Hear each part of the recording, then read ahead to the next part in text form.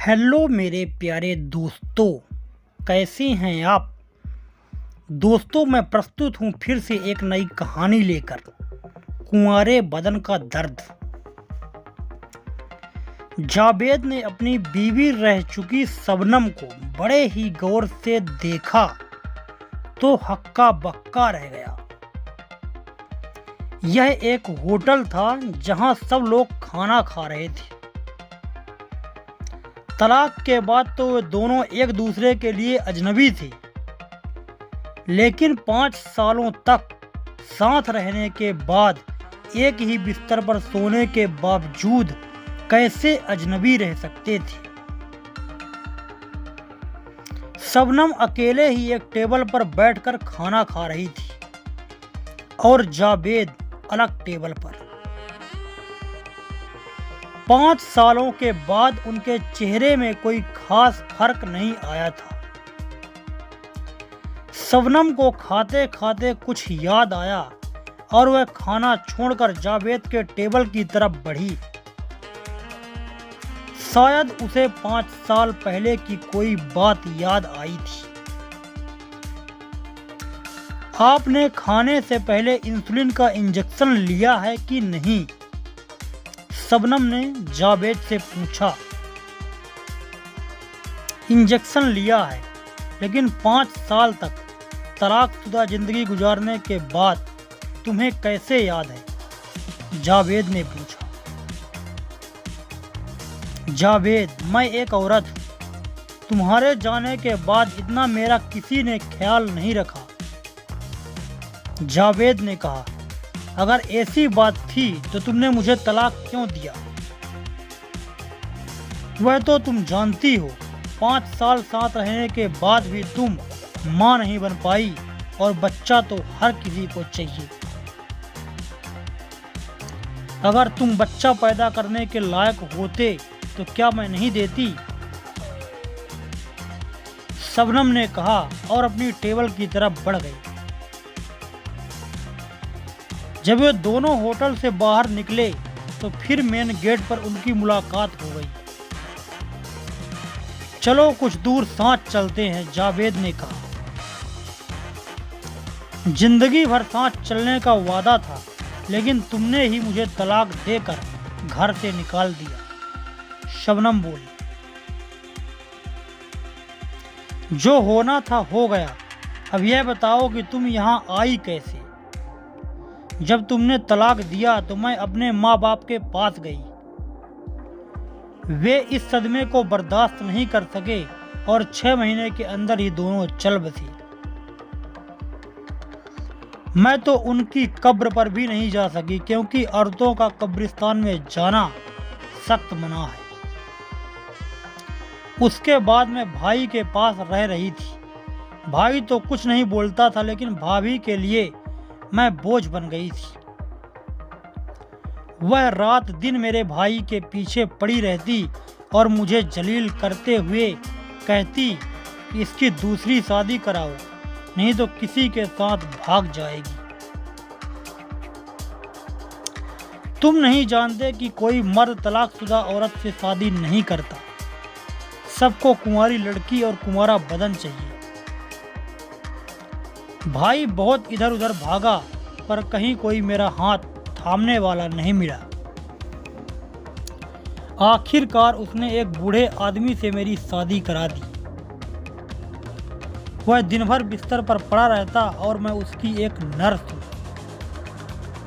उस समय से दवा देना, खाना खिलाना या बाथरूम ले जाना, यही मेरी ड्यूटी थी। मुझे यह भी मालूम है कि तुमने दूसरी शादी कर ली और तुमको दोबारा एक कुंवारी लड़की मिल गई, लेकिन मेरी जिंदगी को तो तुमने सीधे आग की लपटों में फेंक दिया, और मैं नामुराद दूसरी शादी के बाद भी जल रही हूँ। तुमने मुझे तलाक दे दिया और मेरे कुंवारे बदन का सारा रस निचोड़ लिया। एक औरत की जिंदगी क्या होती है तुम्हें मालूम नहीं है। शबनम ने अपना दर्द बताया। उसकी आंखों में आंसू आ गए। वह रोते रोते पत्थर की बनी एक कुर्सी पर बैठ गई। जावेद सब कुछ एक बुत की तरह सुनता जा रहा था और फिर अपना वही सवाल दोहराया, तुम इस शहर में कैसे आई? मेरा बूढ़ा पति बहुत बीमार है, मैंने उसे एक अस्पताल में भर्ती कराया है। उसकी उम्र क्या है? जावेद ने पूछा। 70 साल से भी ऊपर है, शबनम ने जवाब दिया। फिर तो उम्र का बहुत फर्क है, जावेद बोला। जब शबनम वहां से उठकर जाने लगी तो जावेद ने आगे बढ़कर उसका हाथ पकड़ लिया और बोला, मुझे माफ कर दो। तलाक माफी मांगने से खत्म नहीं होता। तुमने मुझे तलाक देकर जैसे किसी ऊंची पहाड़ी से नीचे धकेल दिया और मैं नरक में चली गई। और फिर शबनम अपना हाथ छुड़ाकर वहां से चली गई। दूसरे दिन जावेद शाम को उसी होटल के पास शबनम का इंतजार करता रहा। वह आई और बगैर कुछ बोले ही होटल के अंदर चली गई। जावेद पीछे पीछे गया और उसके पास बैठ गया। दोनों ने एक दूसरे को देखा। उनके बीच रस्मी बातचीत शुरू हो गई। तुम्हारी मम्मी कैसी हैं? शबनम ने पूछा। ठीक है, अब वे भी काफी बूढ़ी हो चुकी हैं। उनको मेरी याद तो नहीं आती होगी। मुझे 5 साल तक बच्चा नहीं हुआ तो उन्होंने मेरा तुमसे तलाक करा दिया। और तुम्हारी बहन जरीना को 7 साल से बच्चा नहीं हुआ तो कोई बात नहीं, क्योंकि जरीना उनकी अपनी बेटी है, बहू नहीं। चलो, जो होना था हो गया। यह हम दोनों का नसीब था, जावेद ने अफसोस जताते हुए कहा। नसीब बनाया भी जाता है और बिगाड़ा भी जाता है। अगर औरतों की सोच गलत होती है तो घर के मर्द एक लोहे की दीवार की तरह खड़े हो जाते हैं। वैसे औरतें ही औरतों की दुश्मन होती हैं। जावेद के पास इस बात का कोई जवाब नहीं था।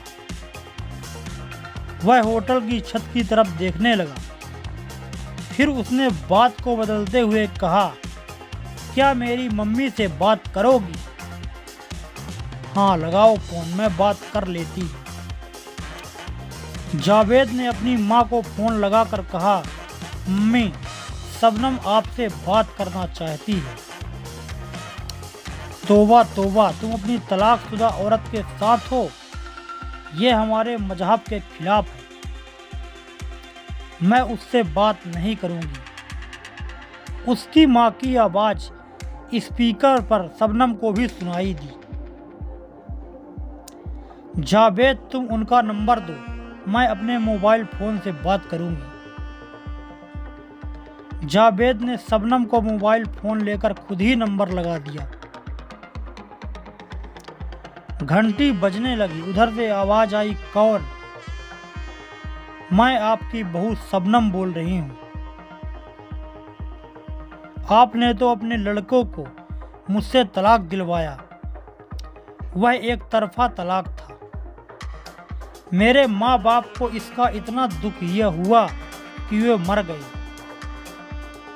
अब मैं तुम्हारे लड़के जावेद को ऐसा तलाक दूंगी, वह भी तुम्हारी जिंदगी से चला जाएगा। उधर से टेलीफोन कट गया, लेकिन जावेद के चेहरे पर सन्नाटा छा गया। उसने कहा, तुम मेरी मम्मी से क्या फालतू बात करने लगी? शबनम ने जावेद की बात का कोई जवाब नहीं दिया। अब भी वो दोनों कई दिनों तक रात का खाना खाने उस होटल में आए, लेकिन अलग अलग टेबलों में बैठकर चले गए, क्योंकि रिश्ता तो टूट ही गया था और अब बातों में कड़वाहट भी आ गई थी। एक दिन होटल में शबनम जल्दी आई। खाना खाकर बाहर पत्थर की बनी कुर्सी पर बैठ गई और जावेद का इंतजार करने लगी।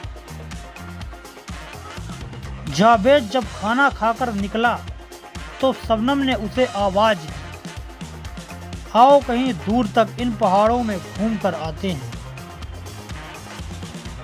मेरे बूढ़े पति अस्पताल से छुट्टी हो गई है, मैं अब चली जाऊंगी, इसके बाद यहाँ नहीं मिलूंगी। वे दोनों एक दूसरे के साथ गलबहियां करते हुए टाइगर हिल के पास चले आए,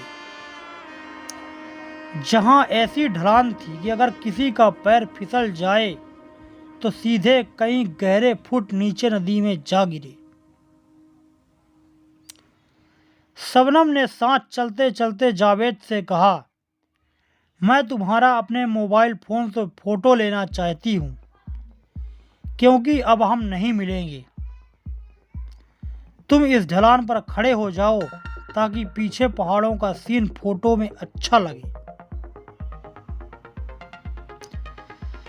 जावेद मुस्कुराया और फोटो खिंचवाने के लिए खड़ा हो गया। शबनम उसके पास आई, मानो वह सेल्फी लेगी। तभी उसने जावेद को जोर से धक्का दिया और चिल्लाई, तलाक तलाक तलाक। जावेद ढलान से गिरा, फिर नीचे नदी में ना जाने कहां गुम हो गया।